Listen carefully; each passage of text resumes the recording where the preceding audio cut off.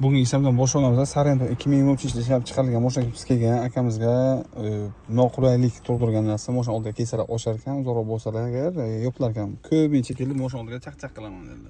Shuning uchun menga oshyapti, o'pishyapti, o'ynayapti. Birinchisi dedi. Ikkinchisi eng katta muammosi mana xavf turg'izgan debdi. Bakovoy, ya'ni yopasan ochiladi, yopganda yopiladi. Ana shunaqa o'ynaydi bakovoy. Ochganda yana ochiladi bakovoy, o'ynab turadi. Agar suv muzlab qolsa, motorchigim kuyib qoladi dedilar. Shu fikrga qo'shilasiz deganlarga haqiqatan ham qo'shilamiz. Ya'ni bakovoy agar nagruska qolsa agar motorchi kuyishi mumkin, ehtimoli bor. Agarda siz mashinangiz inovatka bo'lsa, shu narsani bartaraf qo'ying. Kia Hyundai'larga o'chirib yoqishni o'rgataman. Motorchilar kuyishini oldini olamiz. Ya'ni men sizlarga o'rgatib o'taman. Va mana yopildi o'zini-o'zi mana. Mashina ichiga turman, yopildi, yana ochiladi o'zidan-o'zi mana shunaqa. Bu narsani hozir sizlarga ko'rsatib o'tganman. Qanday o'chirib yoqishligini. Xo'sh.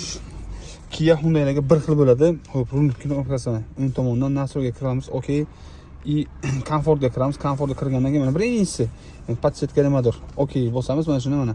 Bitta okey bo'lsa agar mana o'chdi. O'chgandan keyin chiqib ketamiz. Mashinani o'chiramiz. Hamda mashina oldiga kelsangiz agar ochilmaydi, zo'rg'a bo'lsangiz quflanmaydi. Bakovoyingiz ham quflanmaydi. Qufladik, ochdik mana. Quflayman, ochaman. Qish kunida mana shu funksiyani o'chirib qo'yinglar. Bakovoylari juda ham qimmat turadi inovakan bilasizlar. Agarda Lacetti, Captiva, Gentra'larga mana shunaqa sizlar quflaganda nejigar bilan yopiladigan, ochiladigan qilib qo'ygan bo'lsangiz, o'chirib qo'yinglar mana shu narsani. Motorchilar kuyib qoladi.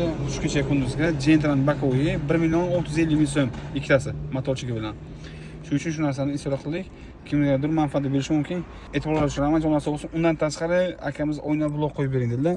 Shu oynasini ko'tarish uchun buni quflashni 5 sekund bosib turasiz. 1, 2, 3, 4, 5 sekund. 4 ta shishasini birdaniga ko'taradi.